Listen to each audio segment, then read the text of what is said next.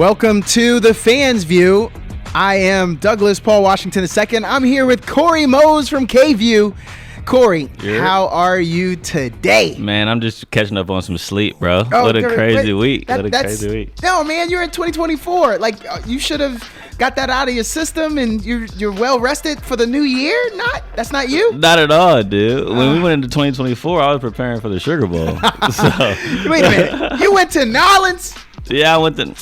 That is how they say it out there, too. Yeah, it is. Yeah. You better not. New Orleans, you better not give them that. Yeah, it's New Orleans. They're going to say, you're not from around here, are you? We're going to get into that. Really looking forward to it.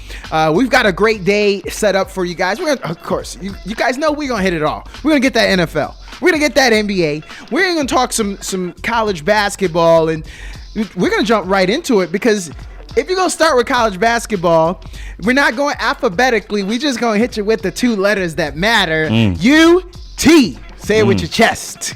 Texas Fight. That's it, sir. Yeah. So we're going to bring on Chris Ogden, assistant coach over with the men's team. And I'm really excited. I want y'all to turn up, and we're going to have a great little conversation here. Coach, are you there?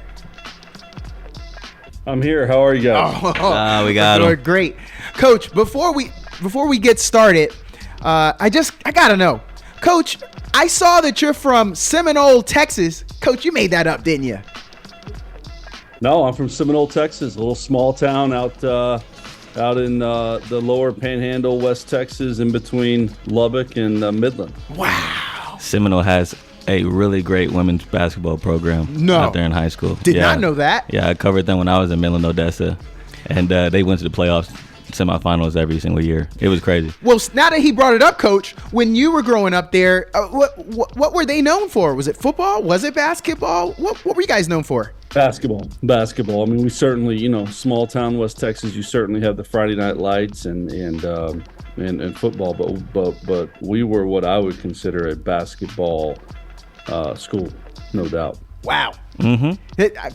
Okay, I'm floored. Did not know that. Coach, did you play basketball at that time? And what was your position? What'd you do?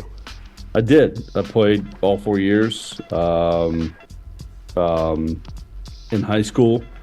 On the varsity, I played all positions. Coach has a handle. I know. And then was lucky enough to come here and play here. So I've had a pretty fun, long basketball career. Very cool.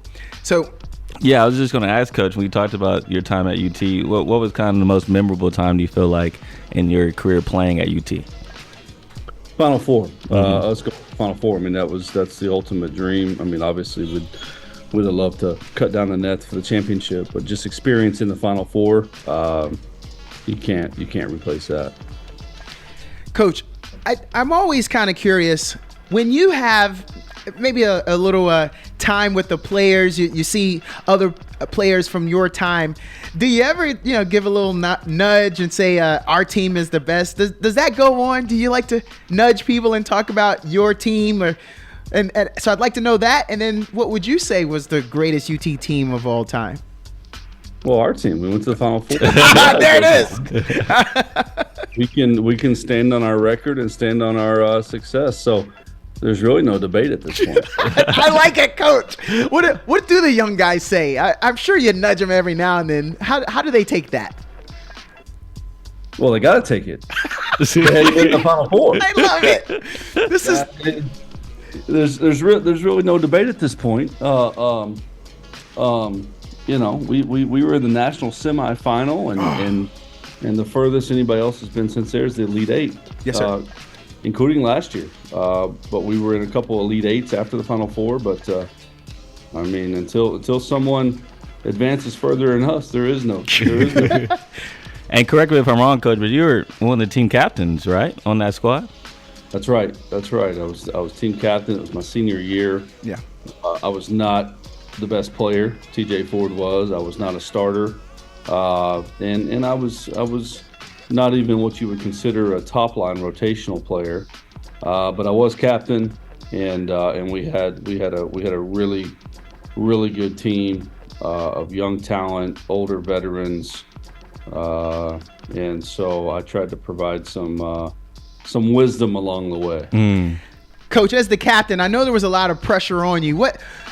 When we're running suicides, do you have to dive through the finish line? Did you have to give the team speeches? Like what were your duties, tasks, and pressures as the captain, especially with TJ Ford on the team? Sheesh. Well, yes to all that. You got to earn it. There's no doubt. I mean, it gets the respect, and you got to earn the respect of your teammates and peers and coaches and whatnot, because team captain is voted on in most cases voted on by the team. And so, look, I think my experience, me being a senior at that time, we had been to 3 other NCAA tournaments. We'd been to Sweet 16 the year before. Yeah. I've always been a student of the game, and basketball's always been a passion of mine. So I think you had to earn your voice, but at the end of the day, they respected my basketball IQ, and I didn't say a lot, but when I said things, it hopefully meant something. And I could tell, Coach, just being around a program, that just seeing all the former players coming back and supporting this year's team and even last year's team for how far y'all went to the Elite Eight, just seeing TJ Ford, your old teammate, sitting courtside every game. What does that mean to you to know that, you have someone like that supporting every time y'all are in the Moody Center? Well, it's awesome. I mean, it's awesome to have any of our former players back. We'll have a few back, including TJ in tomorrow's game, and Coach Penders, who was a legendary coach here and a part of the history. I think when you look at Texas basketball, there is a rich history of players individually, whether it be lottery picks and pros and just great players, coaches, and teams. But I don't think it's been totally tied together, and the story hasn't been told properly yet of how strong it is. And so it's always good to get former players back. Get former players back and have them and their families be a part of what they helped build. Yeah, that's awesome. And I know you've been building your own career throughout this time, and now you're the general manager of the Texas Longhorns. What does this new role kind of ensue for you, and what are the things that you have new responsibilities for?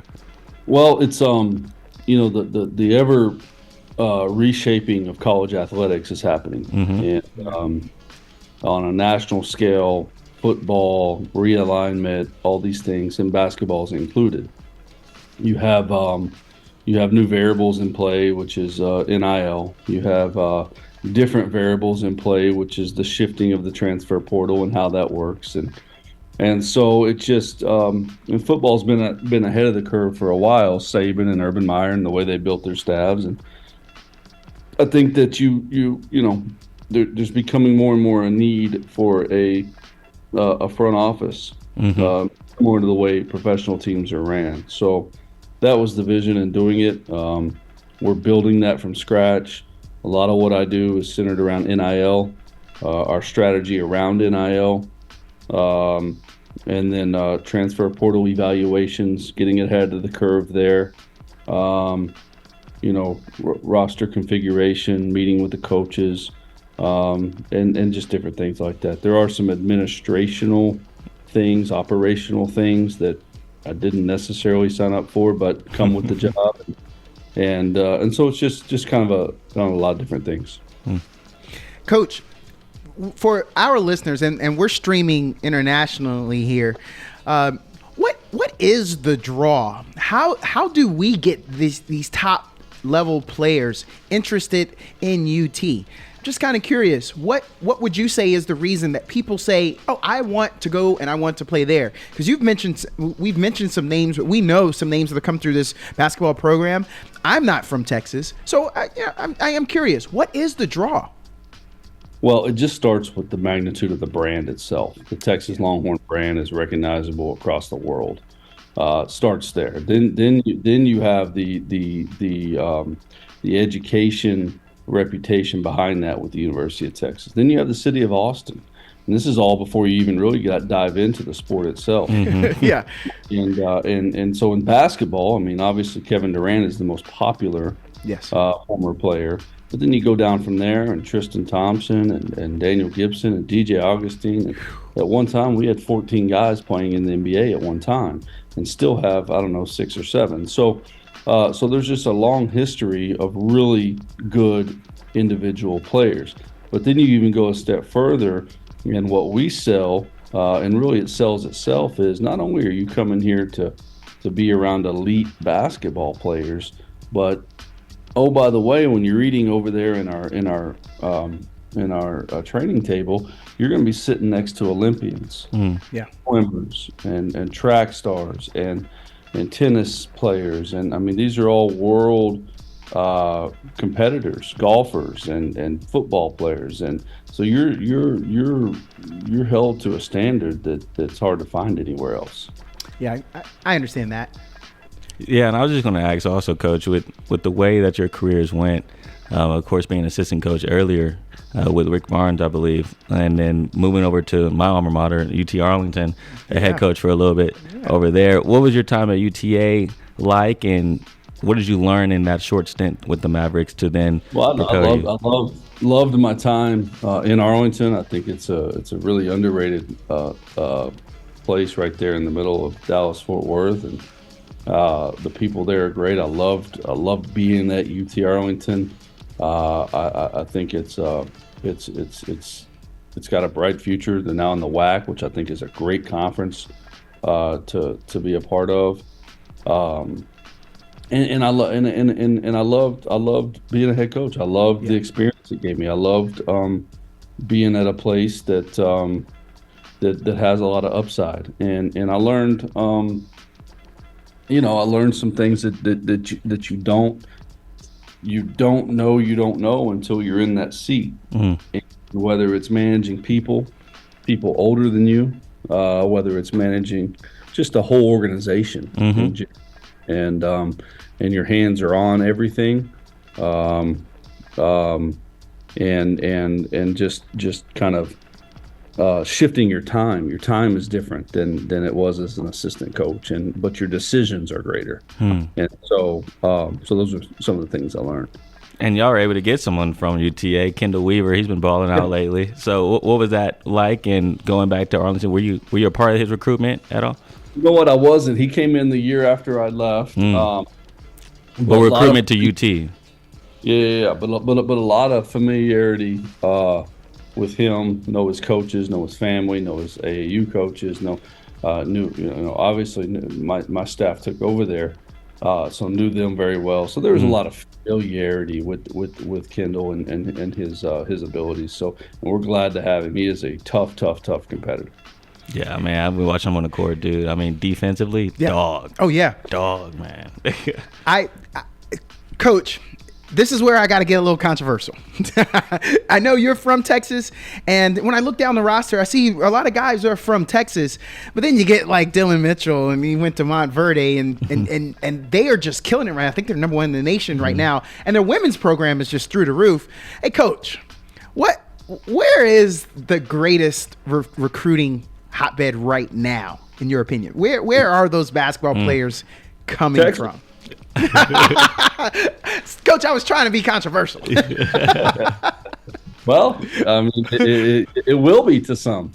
Look, I mean, it's hard to. I mean, again, I'm biased. I'm from Texas. Well, grew up in the Texas grassroots system. Yeah. But if you look at the recent history of Texas players, not just at Texas, but Tyrese Maxey. Yeah. What's the old boy over at with the Orlando Magic, Julius Randle. Yeah. I mean, there's so many NBA guys that are from Texas, Cason Wallace, and you keep on going down the road. It's Anthony Black and Jordan Walsh, and all these guys are first-round draft picks. I mean, this is lottery picks. Yeah, I mean, this is, you got Trey Johnson coming. So these are all lottery picks that have come in the last 4, 5, 6 years. So Texas is certainly a hotbed. the DFW area and Houston area obviously are loaded. Yeah. But then the Austin, San Antonio, Killeen area is certainly put out its fair share. Jared Allen and others. So. And you brought up a name that I wanted to talk to you about was Trey Johnson. Bringing a kid like that over from Dallas. And so, what is his talent? What makes his talent so special? And what do you hope that he brings to the program when he does reach to the 40 acres? Well, his talent is just that. It's talent. Some of it, you can't teach. So either he's developed it over a course of time, or was born with it. Probably a combination. But his size at 6'4" and a guard, and his shot making ability. I mean, his ball goes in the basket and it's in a lot of different ways, and so he's just a real talent. And our expectation here is that he does what many talented elite freshmen have done in the past and have a very successful time here on campus. And we got to make sure we surround him with the right players around him to do that. And with your new role, correct me if I'm wrong, but does that also seep into the keeping a player on campus or keeping a player signed? Because the situation like Ron Holland last year, and he was signed the whole year and then eventually goes to the G League. Is that also what your title kind of correlates into as well, to keep guys signed, or no? Yeah, no doubt. I mean, it's a new world in basketball. We're not only competing against other schools, we're competing against the G League. We're competing against the Australian NBL. We're competing against Overtime Basketball League, so it's all in play now, which is the reason for a position like mine, and big part of the reason. And so we, no doubt that trying to win over kids from taking the G League offer or whatever it may be, it's very important for us. For our listeners, I want to just bring you up to speed. If you joined late, we're talking with Chris Ogden, General Manager, UT Basketball. He was tabbed the state of Texas's Mr. Basketball in his senior year, 98-99. But let's talk about those stats. Corey, he averaged 17 points, 10 rebounds, and I'm rounding down. Coach was like, man, round up. But 17 points, 10 rebounds, 8 assists per game, leading his team to a 36-4 record and a runner-up finish in the Class 3A state tournament. We're talking to the Texas Jokic. Well, he did say he played every position. So. Gosh. Coach, to be exact, it was 8.5 dimes. Coach, dimes, you was dropping 8.5 assists per game. Coach, can we talk about that state championship then? What happened in that championship game? Looking back at it, especially from a coach perspective, what were your thoughts? Did you need a couple extra minutes? I would love to know about that. Well, we got beaten overtime. Oh my gosh! Versus Mahia, and they had a couple players that were really good. Ricky Huckabee and another kid, and I was here in Austin in the Irwin Center. That's when the state basketball tournament was here. So everybody in Texas, his goal was to try to make it to Austin. And we had I guess my one regret from the game is we had a possession, last possession of regulation, and I had the ball, and I made the right basketball play. I found the open guy with a probably a better shot, but he missed it. I would have been a little bit more selfish there in taking the shot. The whole LeBron. I was say people dilemma. give LeBron about that. You made the right play, Coach. And I get it, and that's why I sympathize with LeBron and Jokic and these guys. I mean, they're purists. When you enjoy passing the basketball and making the right play, you're a basketball purist, and you really, even in the most insane situation, high pressure moment, that's your instinct. And so whereas you take a guy like Kobe and Jordan, they're only going to pass it if they have to. Yeah. In those situations, but that's just their mentality. Yeah. Right. And so so I do. I sympathize with LeBron on these things because I do consider myself a basketball purist and I make the right play guy and cost me a championship. Not salty about it. I mean, you just woke up. You were just a walking triple double, Coach. To get those numbers, and I'm sorry if I got to take you all the way back to 98, 99, but Coach, could you tell me the best game? Like, did you have a 30, 20, 15 game, or what was your best? I'm gonna go statistic. Maybe there's a game where you hit a game winner and like dominated, but best statistical game that you could remember. I mean, I would love to know. Yeah, I did pride myself on the triple doubles, so I had a lot that year. I mean, I had 20-something triple doubles, and you know, I can't remember particularly, but yeah, there were some games where I had a 30, 18, and 15 game. Good grief! Crazy! You gotta be kidding me! Yeah, that was. And so, do you still ever let the boys know you still got it a little bit at practice, or do you get out there at all, or no? With our players, not really. Slowed down a little too much, and it really hurts. With my own son, who is a player and a prospect, sophomore in high school, I do wisely pick the times when I know I can beat him. Yeah. So, Coach, I work over at UT. I could send you an email. We got a faculty staff game that we do a couple times a week. I love that. Yeah, we're all your age. I'd love that. Yeah. Okay, I'll send you that invite. So, Coach, I was curious then.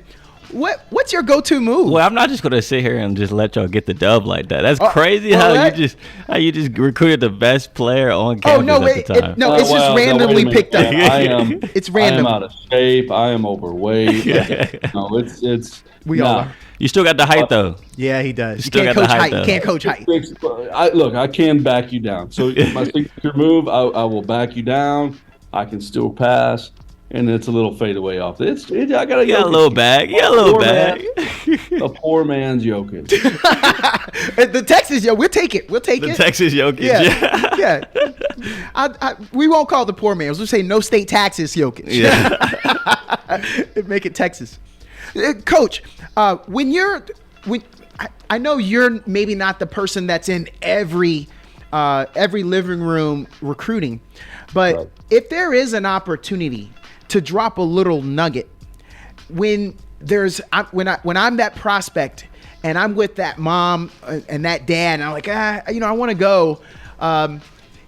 Is it something that you can do can you sell the coach? Because Coach Terry seems like he is, I hope this isn't offensive, a player's coach. Mm-hmm. He seems like a very personable guy. Is that something that you guys think that you can sell and use or not? Is that not something that's done? Yeah, no question. I mean, I've known Coach Terry for a long time. Coach Terry helped get into this business. Oh, and he's been a great mentor and help to me and others. And the thing I'll say about Coach Terry starting off is he's just a genuinely good person. And so then that gets down to relationships with his players. A player's coach versus non-player's coach. I mean, look, that's up for debate on every coach out there. But yeah, he certainly has a really good relationships with the players. They relate to him, but he also has the ability to coach them. And when I say coach them, hold them accountable. Mm-hmm. And so I think he the fact that he's a good person just kind of is who he is as a coach as well. So for those who don't know, we have an upcoming game here, January 6th, Saturday versus Texas Tech. That's gonna be a good one. If you haven't been to a game, this is the game to go to. You're going to get loud, and if you're not there, you're going to have to explain to us when you get back to work why you didn't get to this game. Yeah, the conference opener. I mean, Big 12 conference opener. It's going to be a big game. Right. 7 p.m. Saturday, big game, Texas Tech, good team. And it's important that we get off to a good start. And when you're talking about the Big 12 and fighting to win the league, and when you're talking about the NCAA tournament and fighting for better seedings, it starts with you have to win your home games. Mm-hmm. Well, to win your home games, not only do you got to play well, but you need a home court advantage. We need a crowd. Yes. We need students. Now, the students are not back in school yet, so those that are here, we hope we can get them there and fill them in. Otherwise, we need the general public to come help us out. This is your chance to come see a high-level college basketball game, and I can't stress how important our home court advantage is. Coach, we have to go to a break real quick. Don't worry, I'll be there, and I got a lot of kids. I got 3 kids, Coach, so I'll be there. We'll be making a lot of noise. Right. Coach, you guys just beat UT Arlington 79-62. Was that bittersweet? Was that hard for you to sit and watch? Nah. Coach. He played at UT, man. That's where his roots are. He's okay with it. Yeah. Once you're a competitor, man, just get the win and get out. Mm-hmm. Well, hey, thanks, Coach. Corey, any parting shots? No, I just want to say thank you, Coach. Thank you for taking the time out, and can't wait to see you on the court on Saturday. All right. Appreciate you guys. Thanks again, Coach. Yeah. You're listening to KAZI 88.7 FM, The Fans View. I'm here with Corey Mose. We're going to take a break, and we'll be back. We are back. You're listening to The Fans View, KAZI 88.7 FM, broadcasting live from Austin, Texas, home of Corey Mose from KView. What do you mean home? Bro, I'm from Houston, but I like Austin. Oh, yeah, though. this is Austin, true. Cool. This Austin, is cool. true. Don't worry. It's my second home, though. Yeah, and we happy to have My you. home away from home. Forever long, we got you. We got you now. That's really all that matters. Yeah, under contract. I'm Douglas Paul Washington II, and hey, we gonna jump right into it. That was an amazing interview. Coach was awesome. Yeah, he was great. And I mean, the Texas Jokic, that 17, You say 10, no and state 8.5. income tax, Jokic? Yeah, That was funny. I mean, he is legit. That's really cool. He's a humble guy, man. I'd still be talking if I was him about how amazing I was to take my team to the state championship. Averaging a triple-double. I mean, you come into the season with one goal is to get to Austin, and you took the team there. Yeah, on his back. Literally. And then lost because of somebody else. I mean, you're putting them on the map. If you told somebody you're from Seminole, Texas, I know they're going to look at you like, where is that? Like, we never heard, but he put them on the map. So we going to have to talk to him again, because I want to know, is his number retired at that school? Is the That's a gym great question. named after him? That's a great question. I mean, he went on to play at UT. I can't say they've had a lot of people that have come out of there for that. And to his point, he didn't just come and play at UT. He was on the most successful UT team. Yeah, was the captain of that year. He better get a statue. You know what? He needs an agent. I got him covered. How much you want? 10%? 7%? Yeah, I think I got to go double digits for Oh, him. man, you I got taxing, to. bro. Yeah, You taxing. Well, he's not new to this. If he was like a brand new coach, but he's been around for a while. So he already got his bread. Yeah. I'm going to get mine. But hey, it's about the results, though. That you is get true. what you pay That is for. true. And I want him to feel like he's getting it. Hey, Mr. Oklahoma, we was about to get to you, but we got a lot of people listening in. But you there, Mr. Oklahoma, what's popping? How are you doing today? Hey, can we talk about some football? Well, the answer is yes, because you just brought it up. Thank you. Get to it, sir. Thank you. What's on your mind? Hey, I want to know, Corey. Yeah, I'm here. Corey. Yeah, He's here. He's listening. How you doing, man? Man, I'm doing good. Just catching up on my sleep, bro. It's been a long week, but we here. Hey, I got a question for y'all.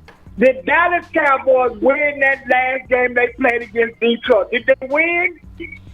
I'm going to let Corey go first. Oh, man. Did they win? I mean, technically, yes. Technically, there is a W next to their win or loss column. But did the Lions get screwed? Yes. Those two can be simultaneously at the same time. At the same time. And that's the way Philadelphia do us when we go to Philadelphia. Man, why you bring up Philly? They going through a hard time right now. Oh, but man, I'm gonna tell you, when we go to Dallas, we get. You know what? I don't blame Dallas for that, because every time we go to any else place to play, we get screwed. Hey, but that was bad though. That was blatant. Bad though. You take the time. You take points injury timeouts. Points off the field. You don't do that. Whenever you're going to take points off the board, you are supposed to exhaust every means possible. Yeah. Not to mention, Corey, You are not a 6'7", 300-pound dude. So if a 6'7" or higher, 300-pound dude walks up to you on the field when you're a ref, I'm paying attention. You're gonna notice. Yeah. There's video evidence of them walking toward. What else they walking over there for instead of going straight to the hustle? Just want to say hi. They Big can't dudes say hi like to the that ref. ain't burning extra calories. They not trying to get their steps in. I came to you for a reason, Coach. Yeah, man. Now we know, Mr. Oklahoma, you know that you don't want to be that demonstrative. Because that's the key to the secret play is I got to go over. I have to make sure that I let the coach know, the referee know that, hey, I'm eligible. And then you get on to the huddle. But the fact that you were in a rush, you seemed a little flustered, Coach. You couldn't wait to get to your other spot.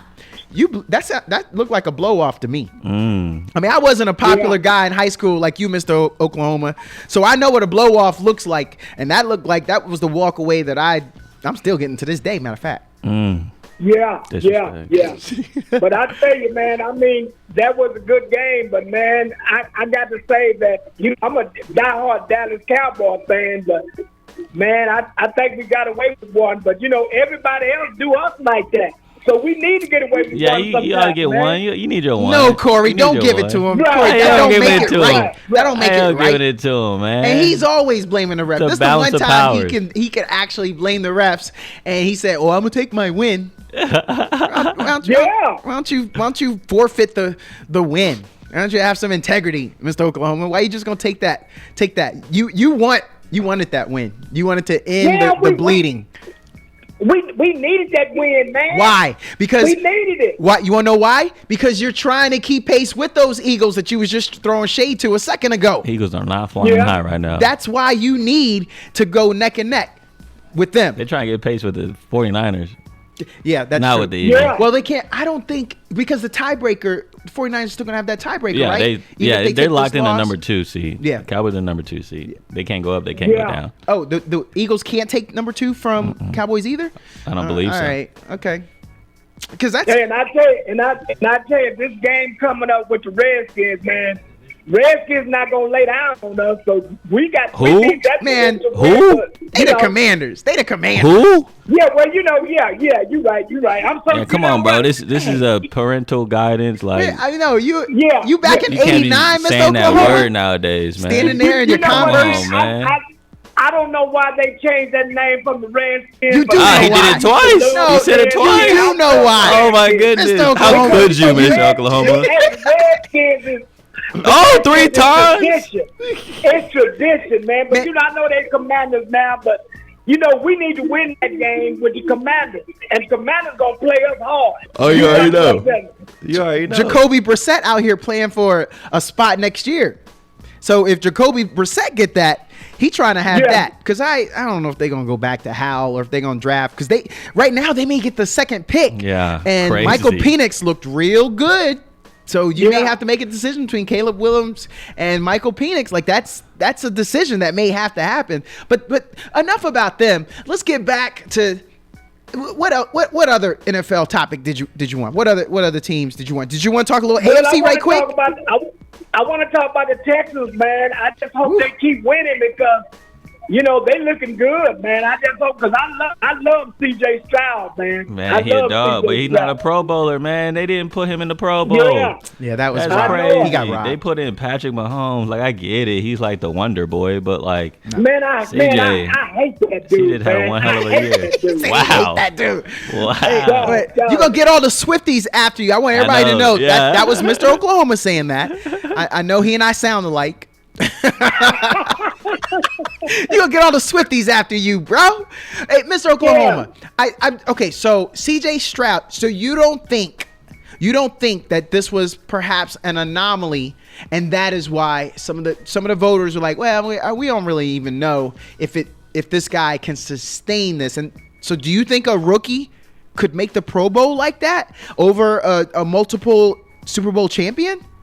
Yeah, but see, that's the problem. C.J. Stroud need to get to the Super Bowl and win the Super Bowl, then they'll consider it more next time. It's ridiculous. He shouldn't have to earn his respect, though. You went way far. Everybody love Patrick Mahomes, but I don't. I don't care. I don't hate the man, but he's just not my favorite player, you know. No, I think you did say hate. I think you said I hate that guy. Well, okay, 4 letters. You better watch what you're saying, using the R skins and the hate word. Yeah. Mr. Oklahoma, what got you so mad in 2024, brother? What's going on? Man, I just, you know, I mean, I'm tired of the Chiefs winning the Super Bowl, man. You know, hey, I want to see my Cowboys or my Texans win the Super Bowl. That's what I'll be happy about. But I didn't mean hate, man. I mean, I take that back. You know, he's just not my favorite player, you know. Yes, so sir. Look at that I don't growth. even hate the guy. You know, I take that back. So I'm hoping CJ's going to play this weekend. Oh, he will. Wouldn't this be It's the a legacy winner go cementer? home, man. You come back, you win this game, man, they're going to change H-Town to Stroudtown. Yeah, you do that. He Yeah. looked good in his comeback last week against the Titans. Yeah, he did. Had a really He good did. game, really solid game. But, man, wouldn't it be crazy? First primetime game for CJ. And it's not fair. I want people to recognize, you know what? I am mad as well. Because he should have been. Look how much the injuries he has had. Yeah. Wide receiver Yeah. down, wide receiver down, wide receiver down, and yet they still have a chance to make it to the playoffs. And he's a rookie. And of all those rookies that were taken, he's the last one standing as far as accomplishment. So yeah, physically, I'm team CJ Stroud. Anthony Richardson, he ain't been standing for a minute. Man, I drafted him on my fantasy team. I thought I was going to have some Lamar Jackson vibes coming out of there. And that's the thing with the Colts, though. It's crazy how they're still in playoff contention, like, despite losing Anthony Richardson. And even Anthony Richardson being hurt for the 5 games he even played. Well, so this tells you that you didn't have a lot of friends that had this. Bro, you can't sleep on the mullet. No, yeah, Gardner. Part in front. Business in the front, party in the back. Yeah, Gardner mentioned the Gardner, guy. You know what I also think? I think impressed. a lot of Philly fans are missing Shane Steichen. You know, now that he's a head coach at Indy, Dude, that's gotta hurt. it shows how much he meant to that team. This is why I did not put Philadelphia higher, and here we are back to the Philadelphia bash. Yeah, I don't See know what how you're we doing, got Mr. Oklahoma, because they lost all those coaches. But they won some squeakers, and the win allows you to have that W in the win column. So all right, they get it. I know, but losing to the Cardinals. So, Mr. Oklahoma, Yeah, I want to bring him from college. Okay. Did y'all hear about LSU? They let 4 defensive coaches go. yes, Yeah, they Did you needed hear to. about Yeah. that, Corey? They needed to. Yeah. I mean, if Jaden Daniels is Yeah. the Heisman Trophy winner and you only won 8 games, yeah, yeah, there's Yeah. a problem there. yeah. I'm not mad at it. Did you watch the bowl game? Yeah, though? I'm telling you, man, we got turmoil up there in Oklahoma because it's a lot of our quarterbacks. They are transferring, man. That transfer program is killing a lot of colleges, man, and helping a lot of colleges. You know what I'm saying? It's not killing Texas. I was gonna say what's happening up there in Oklahoma? Y'all scared? Y'all scared? Everybody scared to go play quarterback up there? No, I'm not scared, man, because I seen that little freshman quarterback came in. He started off good in the first quarter, and then he fell apart, man. Well, I need to block for somebody. I'm just worried about who's gonna be our quarterback, you know, but. That Venables, I don't know, man. I don't know about He him. started the season with the Venables doubt. He's ending the season with the Venables doubt. He was down that to Venables. freshman. We talked about this last week, Mr. Oklahoma. Why I gotta support your team. That freshman is legit. I'm okay with him. Y'all gotta keep him upright though. Yes. I mean that O-line is looking. I guess I have to give him some time, and I got to give him some time, you know. But Yeah, freshman. That Venables, man, there's a lot of players in Oklahoma. So, man, we got to come on, and then next year the SEC. So we better come on with it. Mr. Oklahoma, of course you got to give him time. He a freshman, and he didn't start all year. Give that man some time. Look at Jalen Milroe. He came in, and after he got those starts, he got his team to the Final Four. I mean, that's a bad boy there, man. But that was a bad call. That last play that Alabama did. What kind of play was that, man? Gonna try to run him up the middle. That was stupid, man. I'm not going to speak on it when there's someone who was actually available to cover some of those Final Four games. Let's find what Mr. Mose says about that final play. What are your thoughts? I just think you can't have one option for the final play of the game.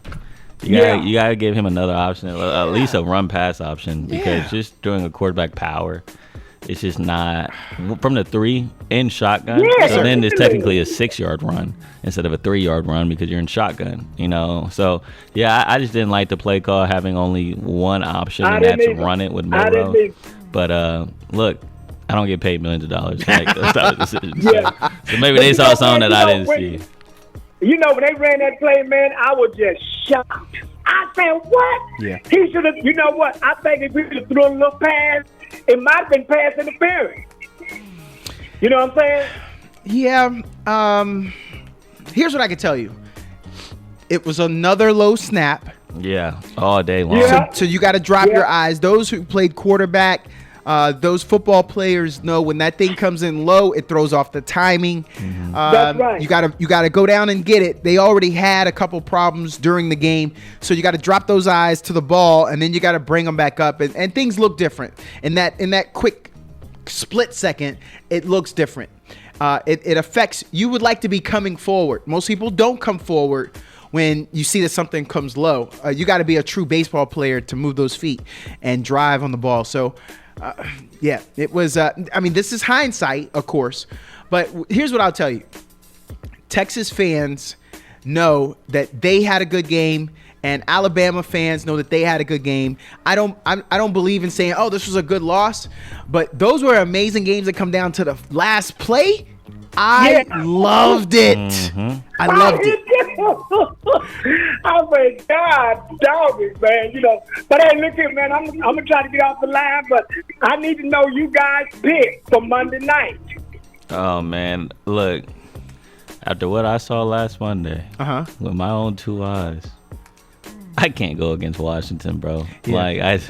Yeah. Penix looks like that thing was coming out. That boy, nice. Those were lasers. Boy. And they weren't even open. Yeah. Like he fitted in. Thank there. you. That's what I'm saying. Like there's not. I didn't see a play where a Texas cornerback was beat.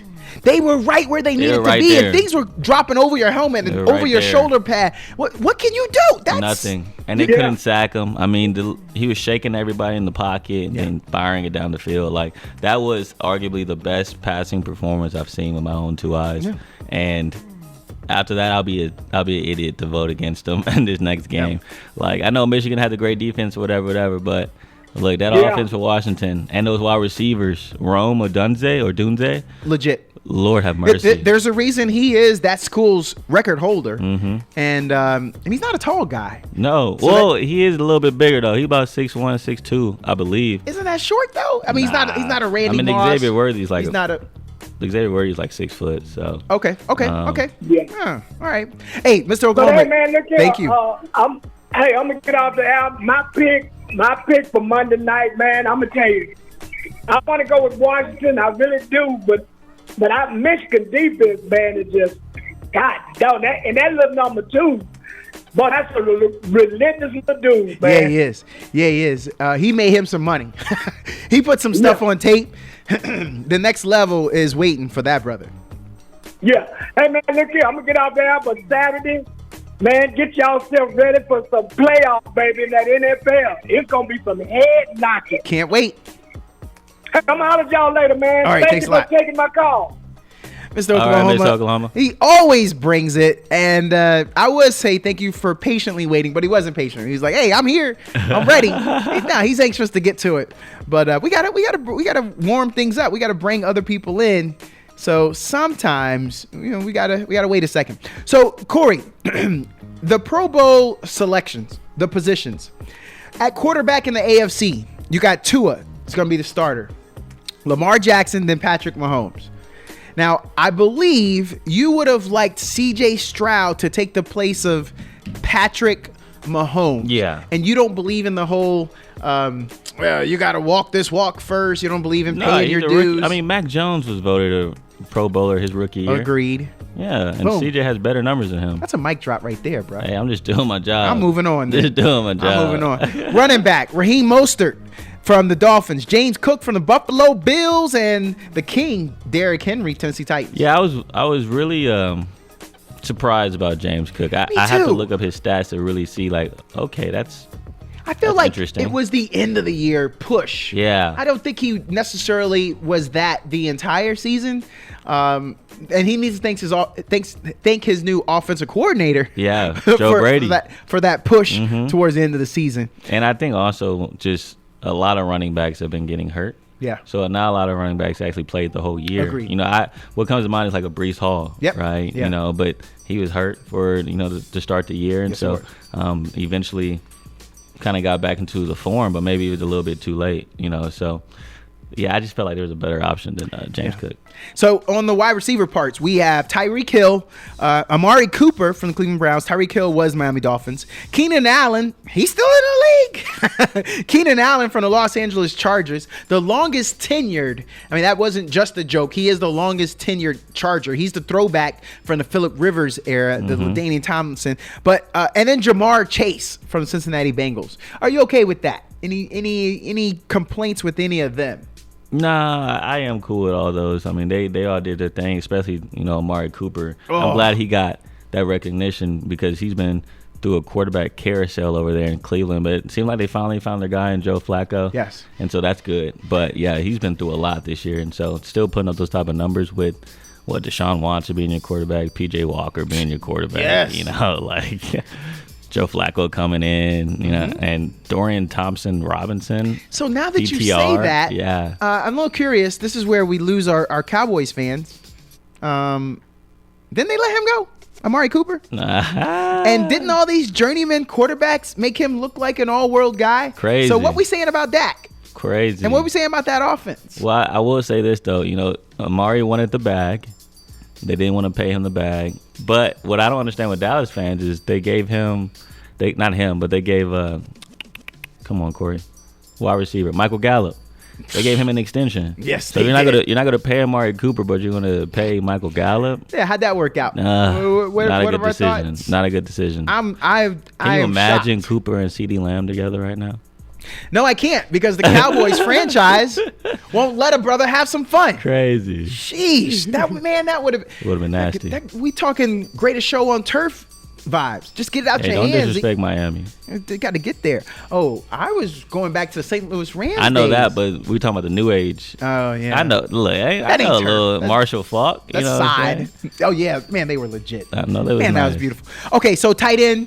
Travis Kelce, David Njoku. I think you're going to give Njoku the same love that you just gave Amari Cooper, considering all the turnover of quarterbacks. Now he should be thanking Joe Flacco though. Yeah. To be honest, he wasn't balling. He wasn't balling like that, unlike until Amari Joe. Cooper. Yeah, but until Joe Cool came down. Joe should never go a month for the rest of his life without a thank you text. Email, snail mail from Njoku, for sure, because he got him that Pro Bowl vote. Because you got that for the rest of your life, thanks to Joe. All right, and then tackle, guards, centers. What I will just point out though, when it comes to the Cleveland Browns, they did get love at guard for Joel Bitonio. So doing his thing. I mean, the Cleveland Browns this year. That's what 11 wins they're will do that. Locked in their playoff spot. They're chilling, So props to them. And they got Joe Flacco resting this week. I'm impressed. Like it's crazy how they're already locked in, and you don't see this from Cleveland. But it's a great story. I just hope that they win at least one game in the playoff, as long as they're not playing the Texans. So they can just win one game. I think that's a cool story. No one wants to see them. They're feeling very confident. And they got it. Best defense in the league. Yes, they do. They're legit. Okay, so NFC. At the quarterback, Brock Purdy, 49ers, Dak Prescott, Cowboys, Matthew Stafford, Rams. What say you? You okay with all three? I'm cool with that because all of them, well, not all of them, but Purdy and Prescott were in the MVP conversation for a little bit. Yeah. But then Stafford, the way the year started for Stafford. Yes. And the way that's now ending. Yeah. Tremendous story. Everyone thought he was kind of done at the beginning of the year, that maybe it's about time he should think about retiring. Yeah. He got rid of all those those murmurs. They have a chance. Yeah, they got a chance, man. With the rookie wide receiver about to break the record. Yeah. At running back, Christian McCaffrey, 49ers, DeAndre Swift, Philadelphia Eagles, and then Kyron Williams. Why you from say it Los like Angeles you Rams. surprised, bro? I am surprised. surprise. That's crazy. Come on. Dude's got 6 or 7 on these lists. You were gonna put DeAndre Swift. I mean, it's another situation, right? We got Kyron Williams on this list, and he played half the season. Like, it's another situation of these running backs. Yeah. We're seeing it.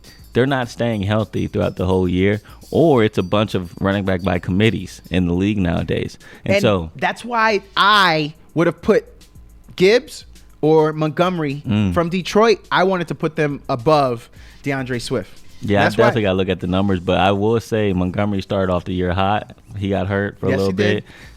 Gibbs started off the year super slow. Then eventually got it up. So I don't know what the numbers look like compared to Swift, but now as you mentioned those names, I can see that. Okay.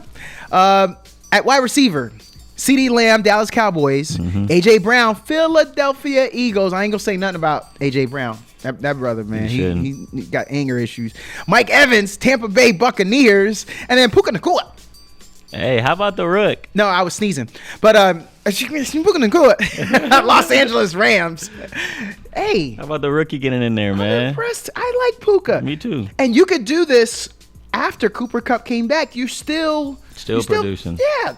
You have proven that you belong, and this offense now shows. I think that's what helped him. When Cooper came back, people could realize, okay, we knew Puka was getting stuff, but now we got to respect Cooper. So, tight end, George Kittle from the 49ers, Sam Laporta, Detroit Lions.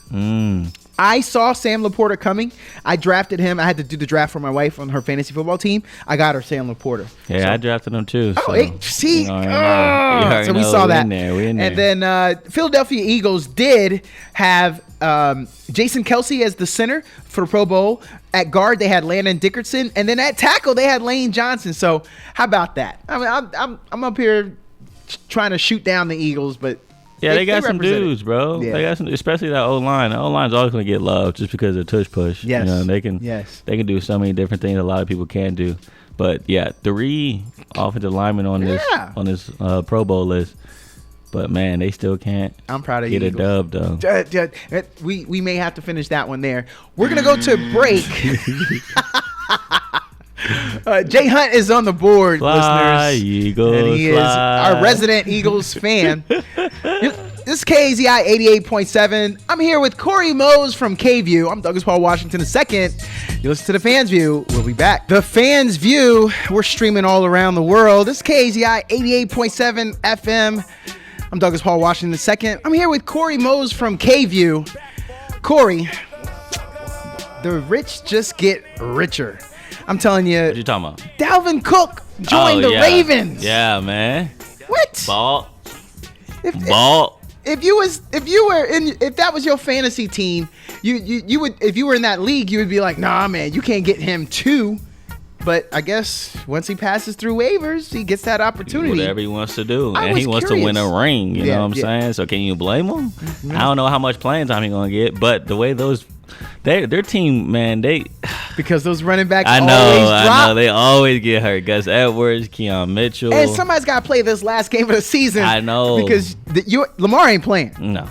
I think they don't need to. Probably go with Huntley. He already got the MVP locked up. Yeah. But can you believe beginning of the year losing J.K. Dobbins? I mean, that's just a dude that like everyone forgets about now because the Ravens are still really good. Yeah. But losing your number one running back again for the second straight year to a torn ACL. Yeah. It's like, dude, like he can't catch a break. But now like all the other running backs are doing pretty well. So you gotta put some respect on that name for Lamar. Yeah, that's true though. I mean, he bet on himself, negotiating that contract, and now look at us.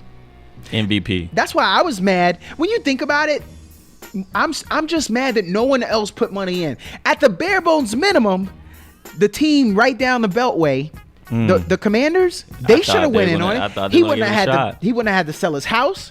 He just got to make a little bit of a drive. Hey, man, make no sense. I know they're all regretting that now. Now let me ask you though, if they mess around and win the Super Bowl, and then he wins MVP, we already know he's going to win MVP. But let's say, of course, that happens too. When are we going to start talking about him being like all time? Agreed. Is it time to start doing that? I think so. If he wins both of those, take that. Listen, Jerry West is the logo.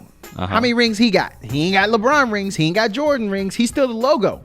And ain't nobody trying to take him off the logo. And that you still got respect. Pistol Pete Maravich. Again, we know how nice he was. He ain't got no rings. I think that you got to remember that it is more than just that. It's also coaching. And it's not, you can't hold that against the player. Do we think that it was Russell Wilson's call in that Super Bowl on the 1 yard line not to give it to Beastquake and to make that throw against the Patriots to maybe win back-to-back Super Bowls? No, that call came in from the sideline. Ain't nothing Russell could do about that but try to make the throw. And, by the way, I always thought that there was a little contact before the ball got there, but it wasn't called. So let's not talk about that. Go back and look at the footage. There's a little contact there. Let's not talk about that. So I also want to just kind of talk to you about the Raiders. Davante Adams is coming out. He's putting his name on it, and he's saying we need to bring Pierce in as the coach. Do you think that there could be a point where I hate to say this, I know it's where the inmates should run the asylum, where the players probably should be listened to, and if they want this guy as the coach, then we not hiring anyone else. We're not interviewing. We're gonna go with this guy. Yeah, you talking about a guy that's getting paid the most on that roster, Davante Adams, calling out, "This is who I want." So that also has to have some type of pull, right? Like you got the guy that you're getting the biggest check to, saying, "Hey, I want this guy to be my coach." A defensive guy.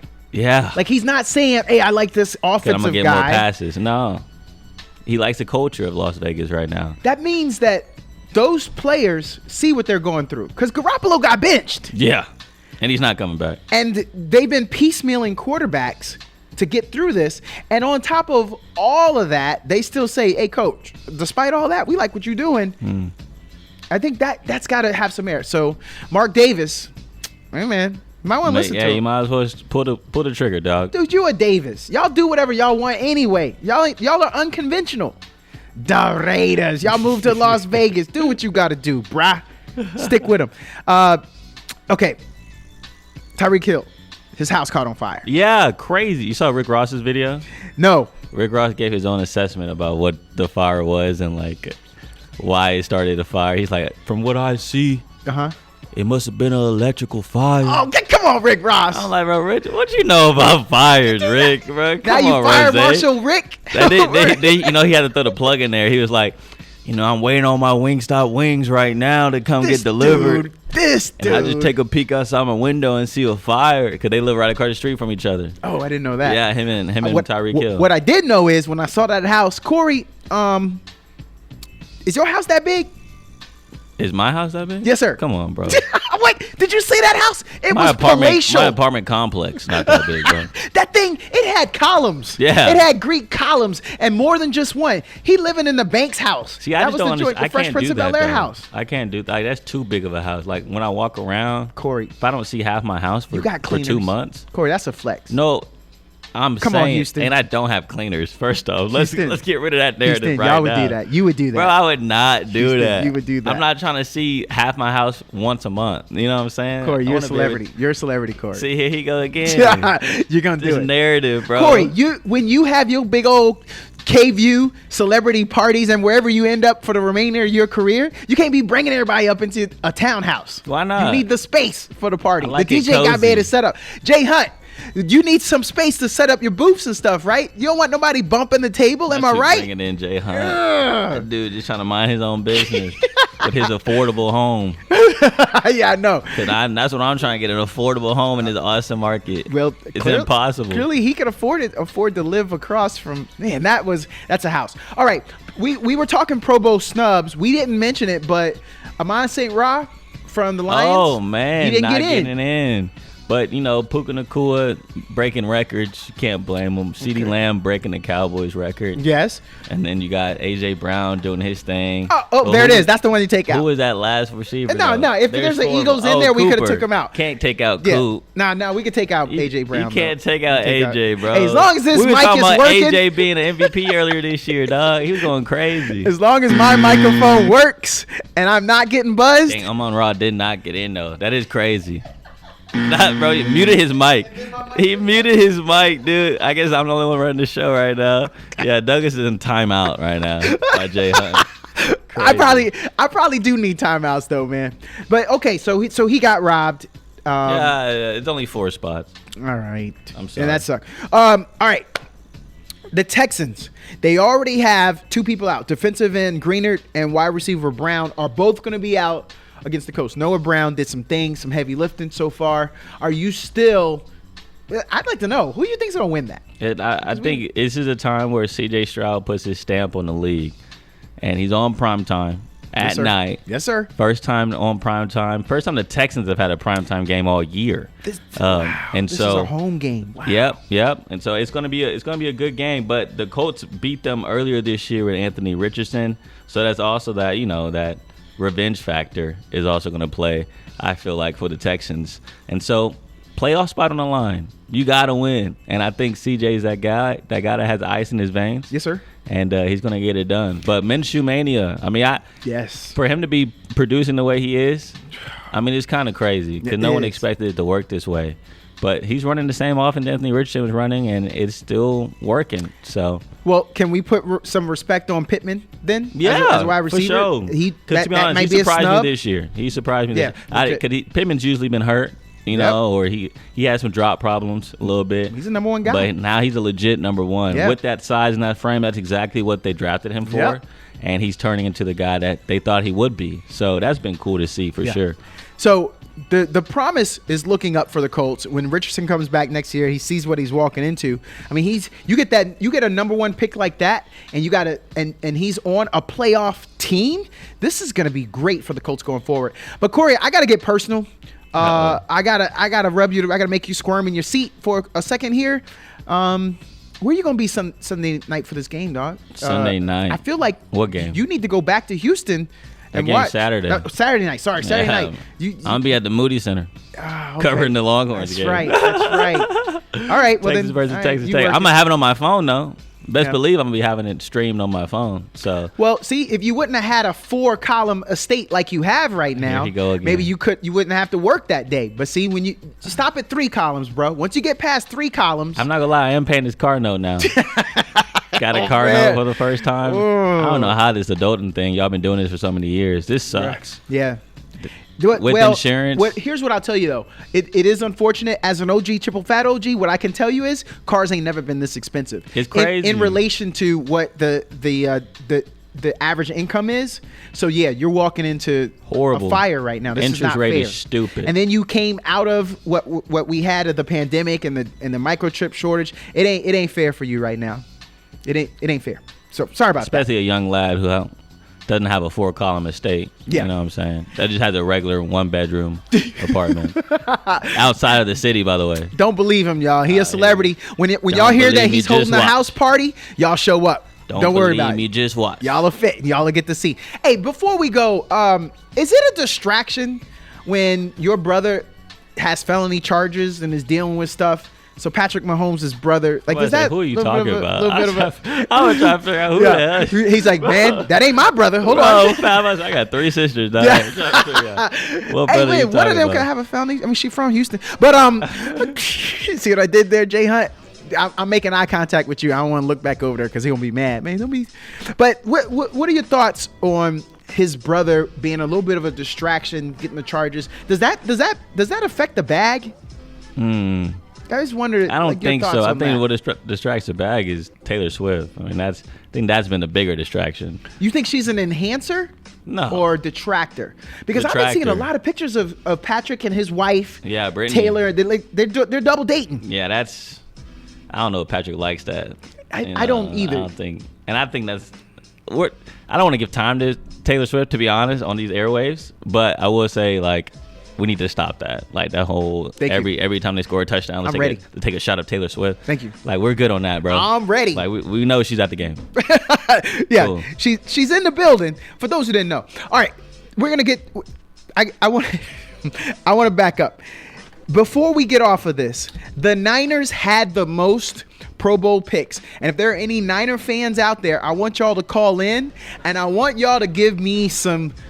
This is your moment. Niners fans, call in 512-836-2887. This is for everybody who's been doubting you, I mean, the haters that are out there, you can't do nothing else but put 9 people in the Pro Bowl. So proud of you, Niners fans. I want to move on. I'd love for you guys to just humor me here. Humor me.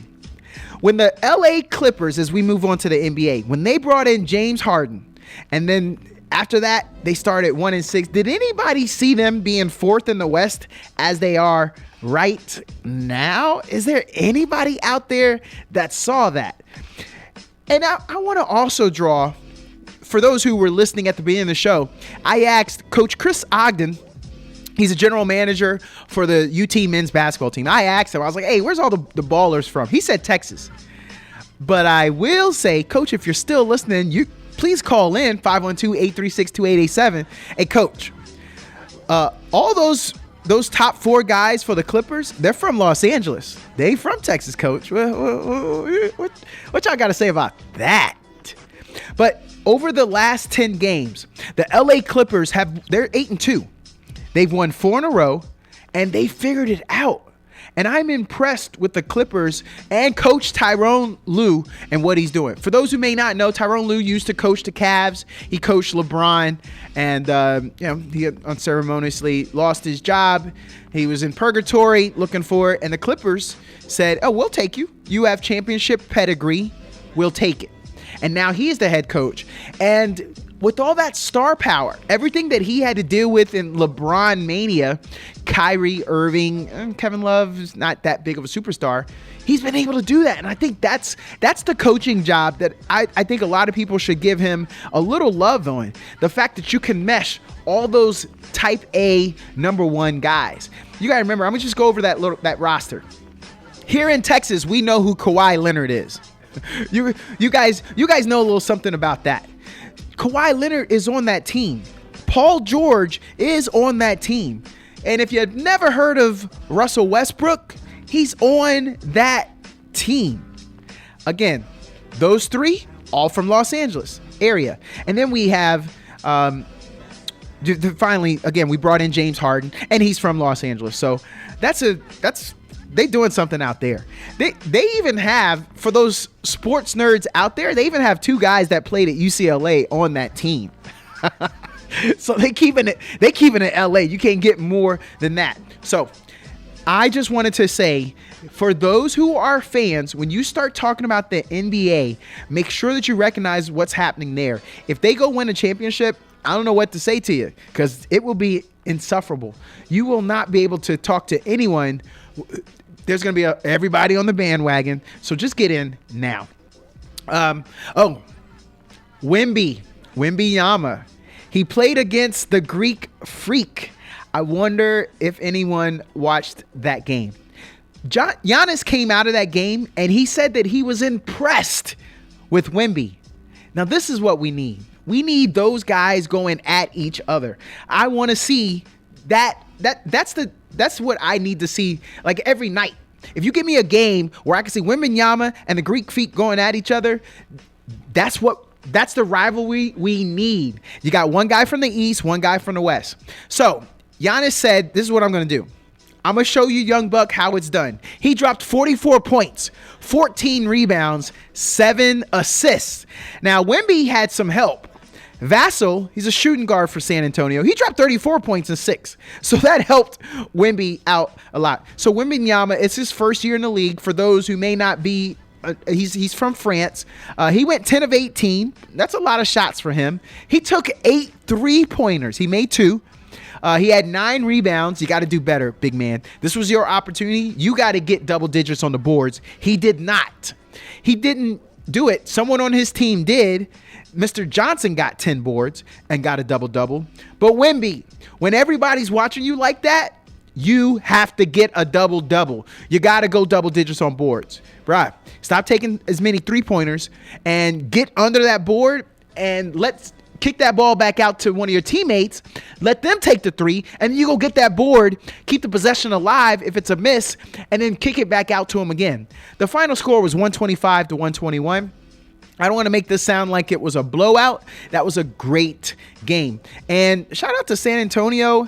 They outscored the Milwaukee Bucks 2 of those quarters. Going into the half, they outscored them, and then coming out of the half, they outscored them. So we had a great game. It went down to the wire. 4 points. I mean, that's exactly what you want. But for the San Antonio Spurs to be a 5-29 team, 2-15 at home, we haven't seen a lot of this. So for them to put that type of a game up against the Milwaukee Bucks, those who may not know, the Greek Freak, Giannis Antetokounmpo, he has won a title with the Milwaukee Bucks. He says he wants to stay there. He wants to finish his career there. I just like that the Spurs showed out, and it was also Wemby's birthday. So for a birthday boy to go home with the L and have to deal with the Greek Freak, and the Greek Freak dropping 44, 14, and 7. Yeah, Corey, crazy. But Wemby looked good though. He did. Wemby did. Look Are you good. okay with him shooting 8 threes? He went 2 for 8. Are you okay with that? Yeah. What I'm not okay is with the point guards not giving him the ball when he's right next to the basket. It's like, dude's wide open underneath the. Just throw it up. Yeah. Just throw it up. Thank you. That's all you have to do. And so I think that's been the frustrating part watching the Spurs is like, dude, Wemby is technically open. And he may not look open, but he's open. He's open. Okay. How about this then? How about the fact that, are you okay with him not having a double-double? He only got 9 boards. Nah, but in such a high-profile game. Though. Look at his blocks. Yeah. Oh, the blocks were legit. I mean, the blocks are crazy. He got 5 blocks. So I'm cool with him not getting one rebound. You got 5 blocks. See, this is why I had to ask you that. That's important. So that's a good point. But how about Dame though too? Dame being just a perfect fit with Giannis. I was shocked about that he was going to be able to mesh. So is he the second option? Yeah. Okay. Well, right. I think late in the game he shouldn't be. I think late Dame should be number 1 option. Giannis be number 2. So I'm interested to see how this kind of like plays out when playoffs hit. Yeah. How do they go about it? Because I'll tell you what, the Celtics look good. Yeah, they do. I mean, they look really good. Yeah. Undefeated at home so far this year. Jason Tatum's looking like a superstar. That stadium with those fans. And Porzingis, man, what a pickup that was. When he's healthy, but yes. Yeah, when he's healthy. And so, yeah, I think those are a couple of teams that come to mind on the eastern side of the NBA. But, dude, I mean, if you talk about the West, it's a lot of competition.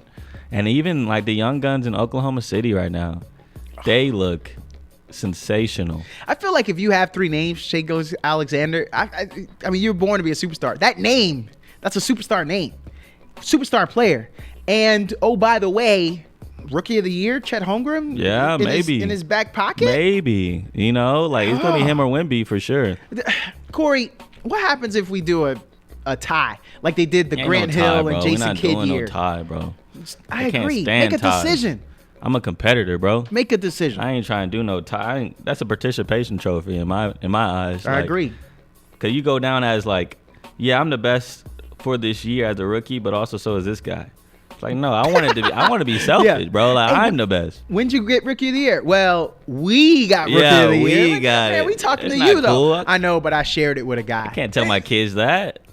We don't share. Where else do? What? In a competitive sport, we don't share the Super Bowl champion. We say we're going to play this game out until there's a champion. Yeah, that is true. The finality of it. So we're going to go down in history, and we always got to mention those two. What was that, 95 maybe? That's wrong.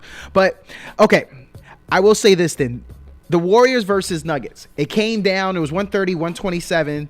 Yeah. Are the Warriors done? They're only 16 and 18. They're 2 games below 500. They're not done. Do you go ahead and get rid of Steph Curry while you can get something for him? Get rid of Steph. That's crazy. I mean, the boy Jay Hunt, bro, the dude talking reckless. Break it up. This morning. Yeah, just go shut it all down. Just go and shut it all down. Oh, we don't care about Draymond coming back. What?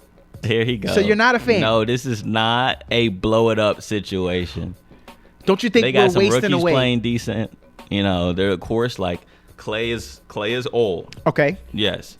And making some serious money. Yeah. $40 million a year. Well, he's looking for the bag next year. He is making the same amount of money as Luka, and he's only averaging 16 points. Luka's twice that.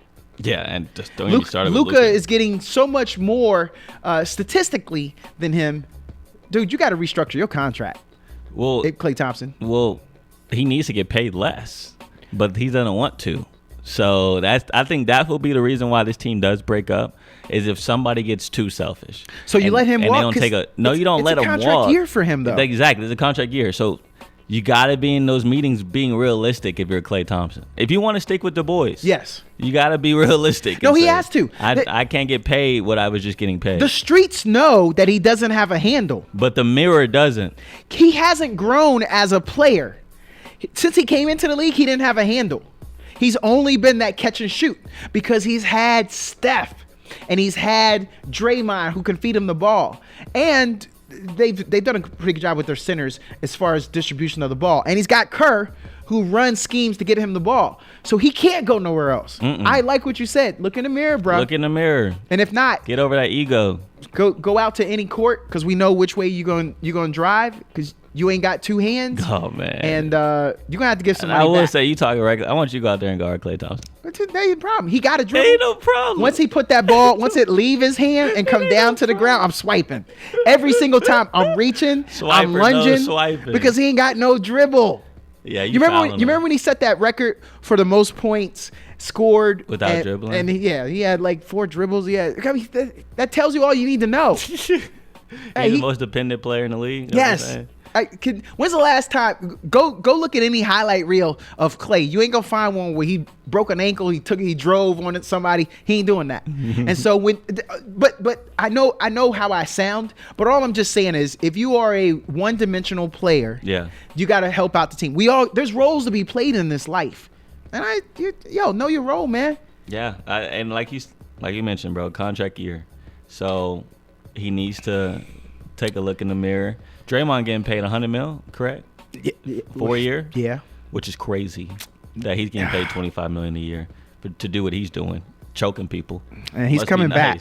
Must be nice. He's about to come back to the Warriors facility. $25 million. But and punching people out. And my thing is, do you pay Klay $25 million too? Because now that's the benchmark, right? I wouldn't even. If I'm Klay, I'm looking at Draymond. I'm like, well, you're getting paid 25. Nah. Like, I deserve at least 30. Nah, he's under 20. Wow. Yeah, he's under 20. So do you think he's less of a piece than Draymond? Like, important piece? That's what I'm saying. I actually think Draymond's got to go too. Oh, you can get rid of him? Yeah, you can. Yeah, you can. You just signed a new deal. No, there's some teams that'll trade for him. You could get a team that needs an enforcer. A team that needs. I mean, he's a point forward. He's a good distributor at times. There's some teams that'll take that. I'm sure. Some young teams that would have the opportunity to take him. That have built from the draft. So, well, you could send him to purgatory out there to Detroit. Oh my goodness, bro. Let's start there. Can we talk about like how bad they are? Well, broke the record, and then they stopped it. Yeah, I'm proud of them. Do you? Listeners, I feel bad for Wingstop. Do our listeners know why they stopped that? I'm going to say, I want to make fun of why the 28 losing streak, tied for the longest in NBA history. Do you want to know why they lost? They played the Toronto Raptors. The Toronto Raptors Canadians had just completed a trade with New York. Yeah. So they had players leaving. So they were understaffed that game.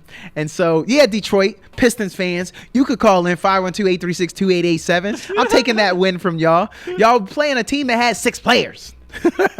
They only had 6, and y'all had y'all full complement. So, hey, a win's a win. Y'all got it. But for the record, the Pistons haven't lost in 2024 yet. Hey, so they're undefeated in 2024. So you just got to see it go through the net once or twice. And then you're good to go. You're good. Hey, we're going to go to a break. You listen to The Fans View. I'm here with Corey Mose from KView. I'm Douglas Paul Washington II, KZI 88.7 FM. The Fans View, streaming all over the world. KZI 88.7 FM. Corey Mose from KView is in the building. Yeah, I'm just the guy that carries the luggage on the way to the Sugar Bowl. Oh, wait a minute. You didn't take me to the Sugar Bowl. I only had one credential. Bruh, so I could have carried your bags to the gate, and then you could have left me there, came back, dropped me a beignet every now and then, and then go back and work. You couldn't even do that. They hyped anyways, bro. Beignets are hype. I'm gonna set it on record right now. Cafe Du Monde, hype. It's cool. Yeah. Like, it's a nice little environment. At least you went. Know? You had to cash go. Only, which to me is a red flag.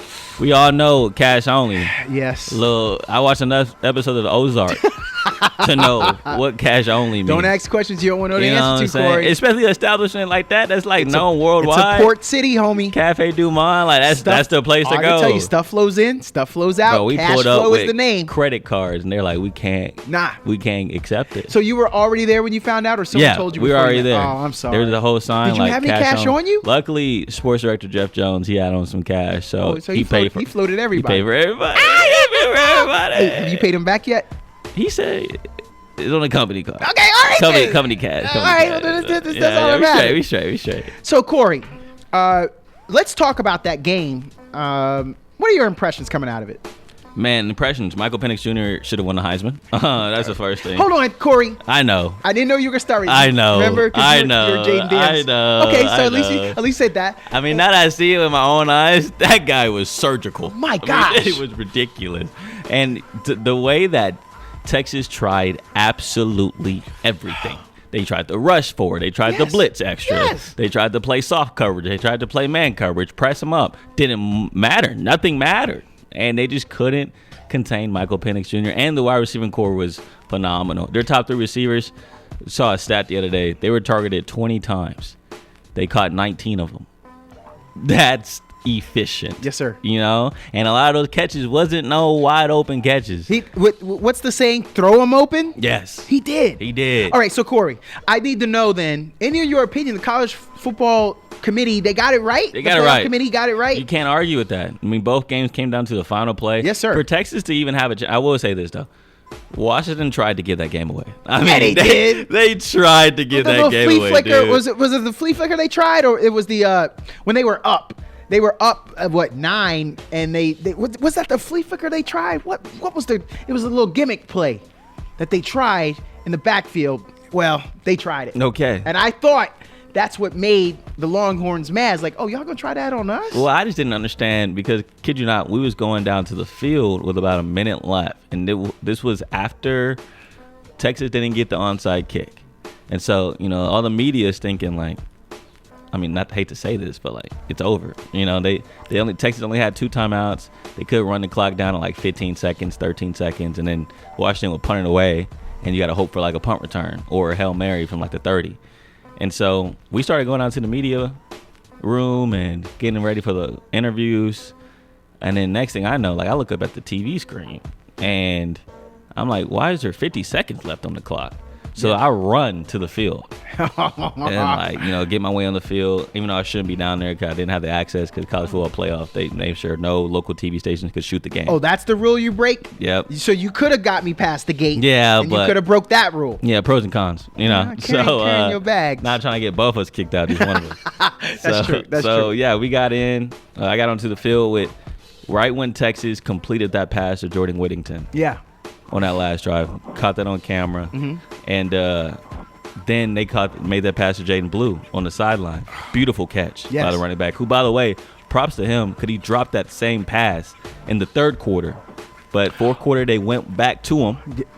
So props to Sark for seeing a mismatch and like, no, I know my guy can catch. Went back to him, got him to the 11-yard line, and once they hit the 11-yard line, first down with 15 seconds left. Yeah, I thought Texas was going to win the game. Like, I'm not gonna lie, 4 plays from the 11, and for them not to get in, I mean that sucks.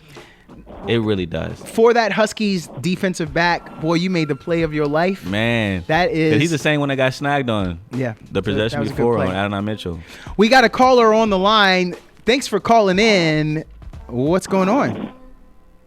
Hey, how y'all doing, man? Hey, we're doing good, man. Thanks for asking.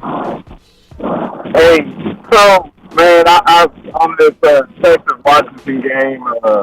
Man, Washington played great, man. Their receiver was on point, but Penix, man, my take after seeing he was throwing dimes left and right, and I think this brother spot of roll of dimes just threw it out there, and why? And I agree with Corey Moves, man. Why he didn't win the Heisman, I don't know, but.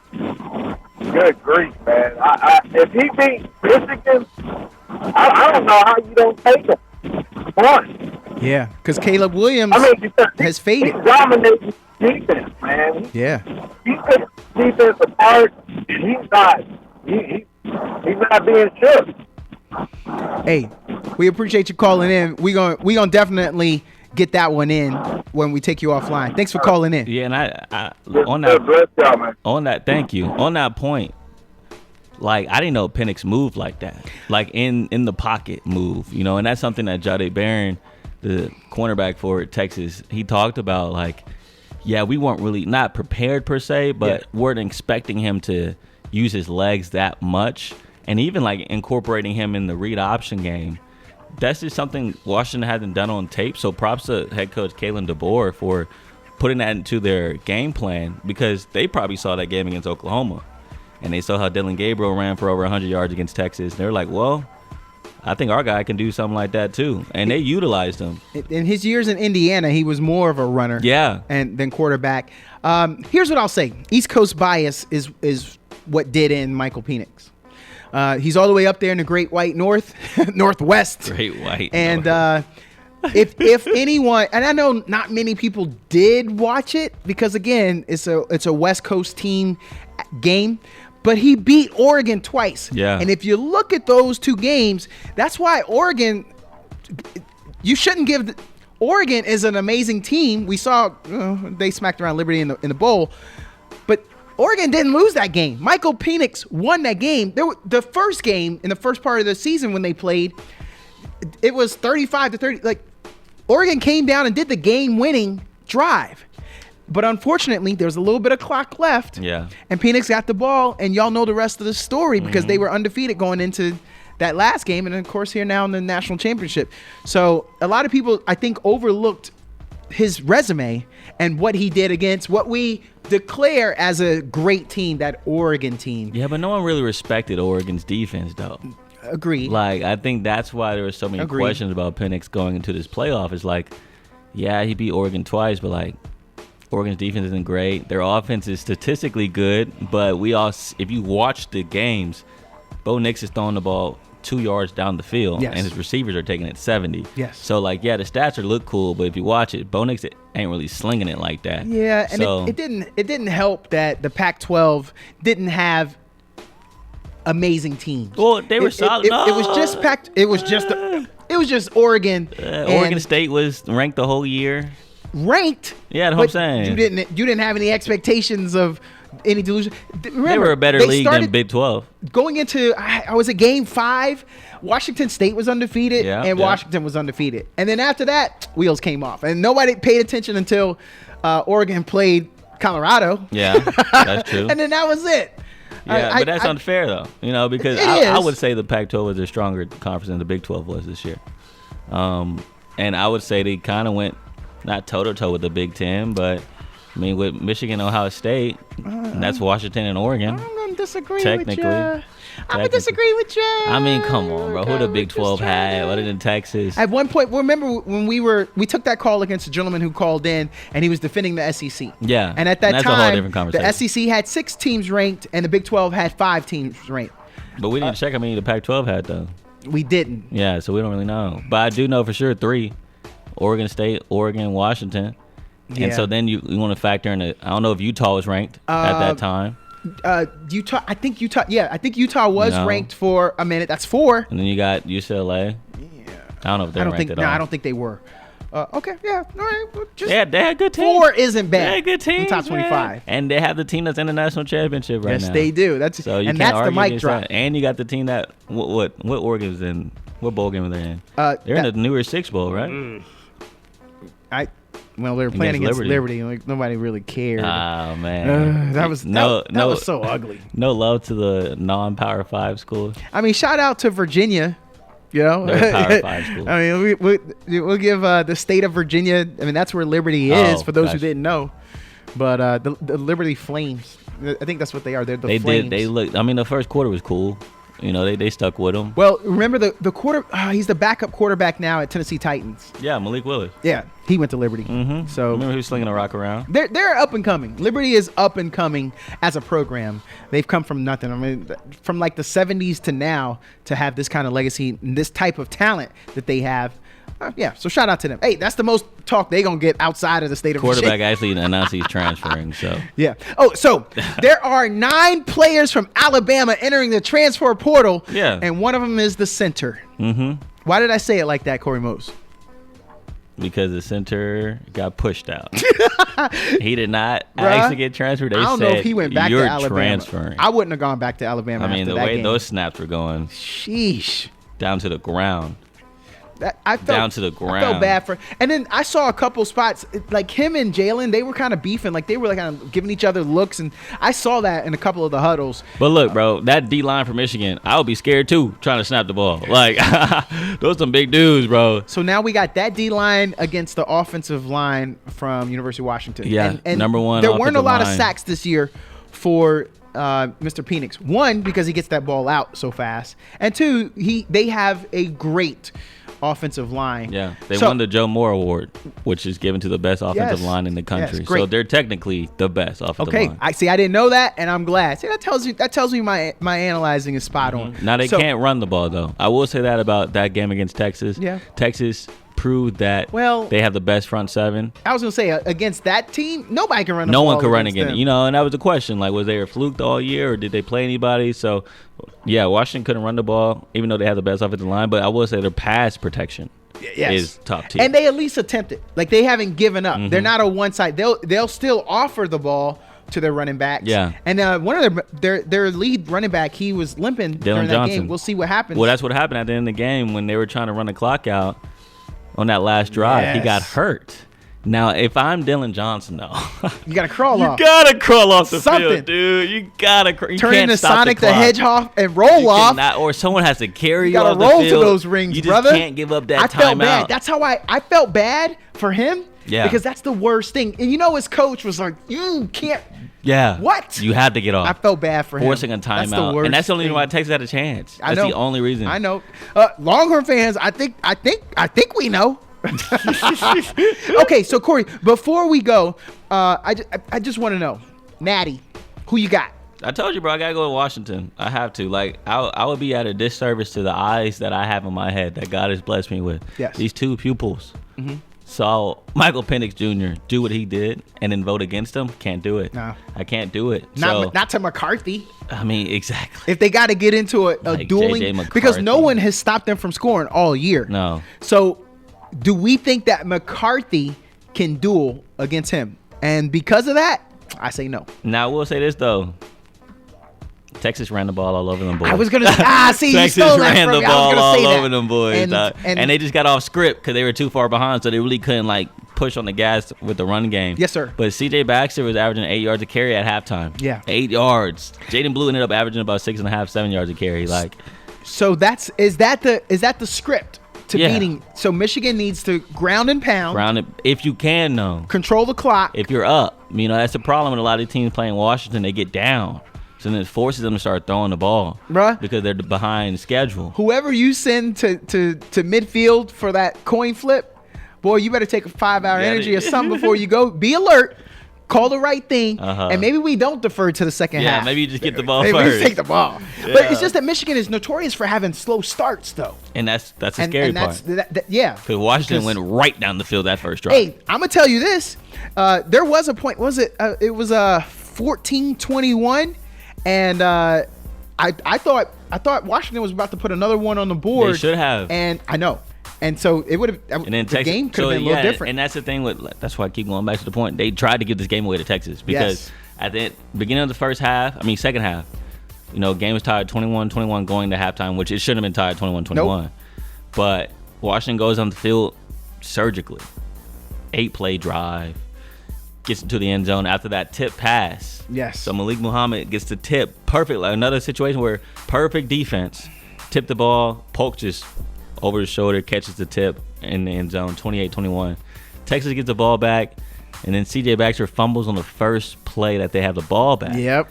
And at that moment, I'm thinking, if Washington scored a touchdown right here, that's wraps. Yeah. But for some reason, they just ran the ball twice, played a little bit conservative, kicked the field goal. Mm-hmm. Got the ball to Texas again. They punted. Washington had another chance to put the game up 17. Again, Another field goal. So props to the Texas defense is stopping them, but Washington could have put that game away multiple times, and they never did. Props to that kicker for Washington is pretty legit. For those Gross. Yes. Yeah.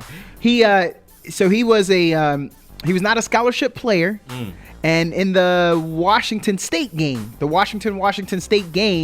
he kicks the game winner, goes to the locker room. Coach offers up a scholarship. Oh, that's awesome. And the best thing is his parents were in town. They drove in to see the game, so they were able to celebrate with him the day that he got it. Oh, that's super cool. Yeah, that was pretty awesome. We may have someone's calling in right now. We're going to take one call before we go. This has been awesome. The kids are playing while the Travis is away. The kids will play. Travis, if y'all are wondering, Travis is out. Unfortunately, this isn't his full-time job, so he had to go do that responsibility stuff. You know, he had the adult, and they needed him over there. Adulting sucks, man. If you're listening in, Travis, we miss you. I know you definitely wanted to come to this game. You could tell they must have needed him. Like there must have been like a catastrophe, because you know he wanted to come in and talk about that Texas game. So if he ain't here, just so they know. So, caller, what's up? Well, I'm gonna say I'm Mr. Defense, and that's what wins ball games. Defense. Hey. If you guys had a chance to see that Milwaukee Bucks, the San Antonio Spurs game, it's all about competition, in which that's what we have veered away from, is competition and competitive competition.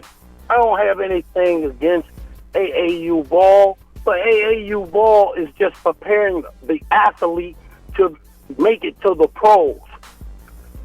They don't play any defense. We're going to outshoot you. And at that level, all of them are pros. And being a pro, you got to play a little defense. Yeah. You got to challenge your opponent. Here, that Michigan game. I'm originally from Michigan, and I know what defense is. Stacking that quarterback, that was the best thing going. And wait till they bump up against Washington.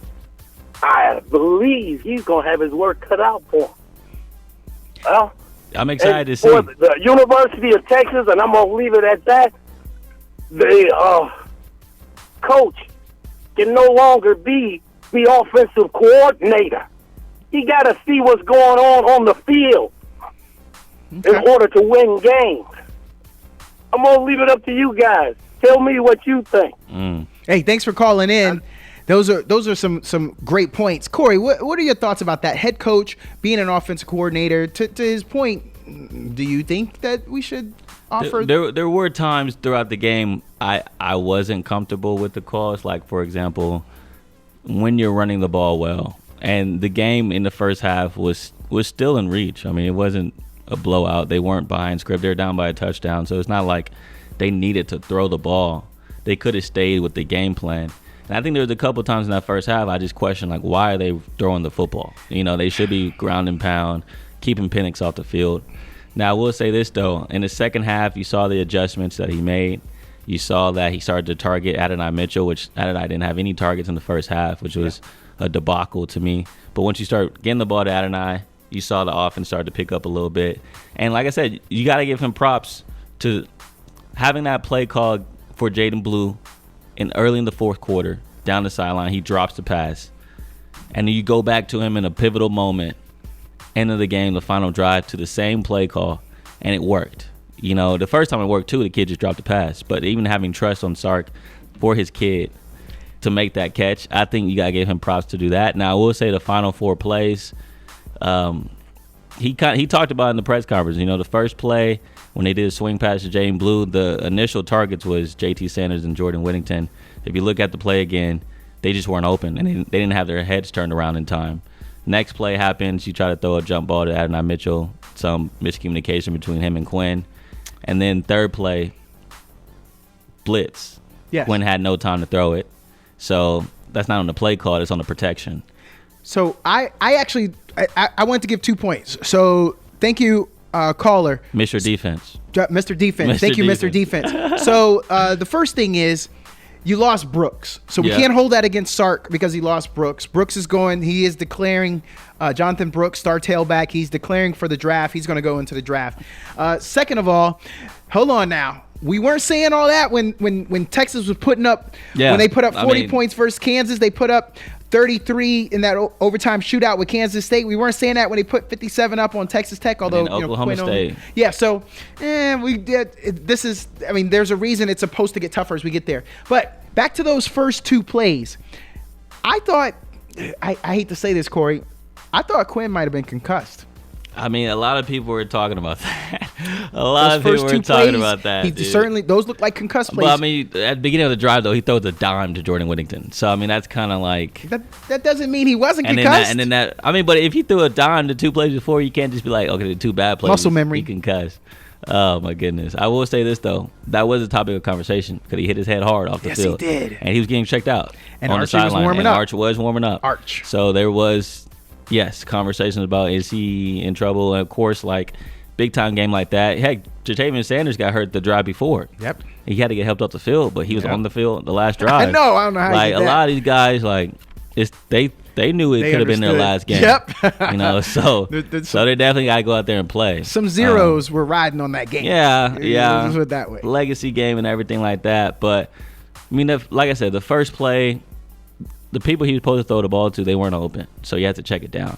And in the second play, I do feel like that throw to Adonai Mitchell, I don't know if Quinn was throwing it away or Adonai may have not went to the corner, but there was some type of miscommunication there. And unfortunately, for you to have 4 plays from the 11 and only one of those plays is actually like to the end zone and have a chance to score a touchdown, you just can't have that. Not in that moment. You just can't. You got to have at least every single play have a shot to get a touchdown. I wanted your opinion, and Jay Hunt was of the same mind with me. I can't believe I'm agreeing with an Eagles fan. But we got a caller on the line. Caller, are you there? Thank you, Mr. Washington III, because I said the same thing about Quinn. He looks shook. Yeah. I don't know when they body slammed him and they took his soul. But when they had showed Arch warming up and he was sitting on that sideline, Quinn had a look in his face like, Mama, I don't want to go back after. Yeah, I saw that camera pan over, and I thought the same thing. I'm not even gonna lie, I thought the same thing. Yeah, it panned over. It didn't pan over once. They did it once. Yes. They went back to Arch. They came back again. Yes, they did. They went back to Arch, and that third one, normally rule of thumb is if you look like a duck, walk a duck. It's a duck. Yeah. Hey, he was stuck. Thank you for the call. That's a great point. Because we got to get out of here. That's go ahead. No, that's a great point. That's a very great point. No. And like that hit, I mean, his head bounced off the turf really hard. Yeah. So, I mean, yeah, there definitely was. And that's on us. That's media, right? That's on me. You know what? We're not asking that question. I should have asked the question post-game. Definitely should have asked that question. Hey, before we go, I just got to say, them Longhorns knew you couldn't lose that game with Vince Young in the building. He was in the building. Did you get a chance to talk to him? He's been at a couple games. So, yeah. But this was such a high I know it's stakes. a Sugar Bowl. Yeah, I know it. But it's not new for him to be on the sideline. He'd be supporting. He'd be at practice. Man, I like how Vince comes back and like actually does be a part of the program. You know, you see a lot of alumni that don't do that are big shot and big time. But like, you know, he comes back to practice and talks to the guys, and you know, he's one of the guys. So I think that's really cool to have a legend like that to still be helping out the program. I did not grow up here in Texas, was not living here during that time, but I want to say the greatest college football game of all time was Texas USC when he put on that cape and he was Superman. Corey, what do you got to say before we end our time here today? I'm just, sad that Texas lost, but also basketball season's here, I'm excited for this UT basketball team. Talked to Chris Ogden earlier in the show, and they have a lot of great things ahead of them. They just got to figure out their rotation. I feel like they have a lot of talent in that front court. But the thing is, you can only start 3 people in that front court. Yeah. They got about 5 dudes that can be real solid key pieces. And so how does Rodney Terry handle all those weapons? I'm interested to see him and see how he kind of goes about it. So we'll see how they look once conference play starts on Saturday. But in women's basketball, they have a game as well against Texas Tech. Yeah. So a lot of stuff happening on the court for UT. Some interstate rivalry at its best. Thanks for listening, everyone. This has been the Fans View, KZI 88.7. We're here every Friday from 10 to 12, and then we'll have our homie Travis Kent back in the building. Thanks for everybody listening. On behalf of Corey Mose from KView, y'all check him out when he's on TV. Have a great rest of the day. Thanks for listening.